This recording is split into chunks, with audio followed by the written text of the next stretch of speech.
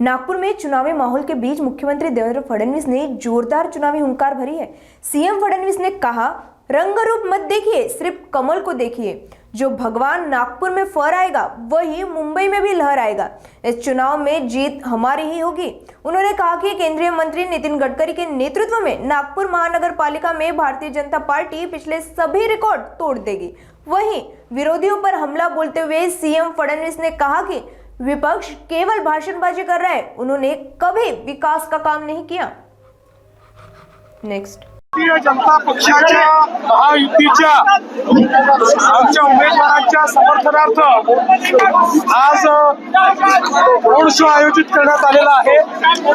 त्या road show मध्ये सम्मिलित होण्याकरता मी आणि आमचे अध्यक्ष चंद्रशेखर बावनकुळेजी या ठिकाणी, आमचे पालकमंत्री या ठिकाणी आलेलो आहोत। आज आमच्या पालकमंत्री चंद्रशेखर बावनकुळेजींचा जन्मदिवस देखील आहे, त्यामुळे त्यांना आम्ही शुभेच्छा दिल्या आहेत, भारत मातेला वंदन केलंय।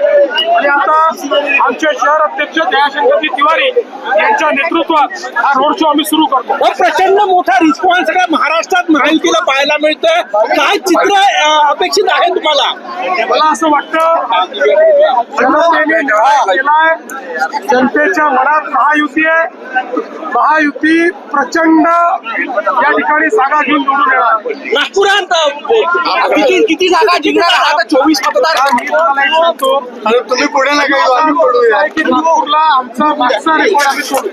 भाऊ, बाईक चालवून तुम्ही नागपूरशी कनेक्ट होताय का? नागपूर बाईकचं शहर म्हणून ओळखलं जातं, तुमचा पॅशन आहे बाईक चालवणं। काय आहे की आता सवय सुटली आहे।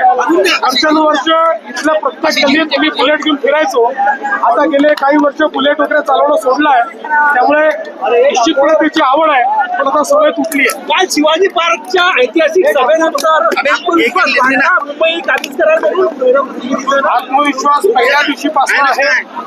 मुंबईकरांवर पूर्ण विश्वास आहे। मुंबईकर महायुतीच्याच पाठीशी आहेत।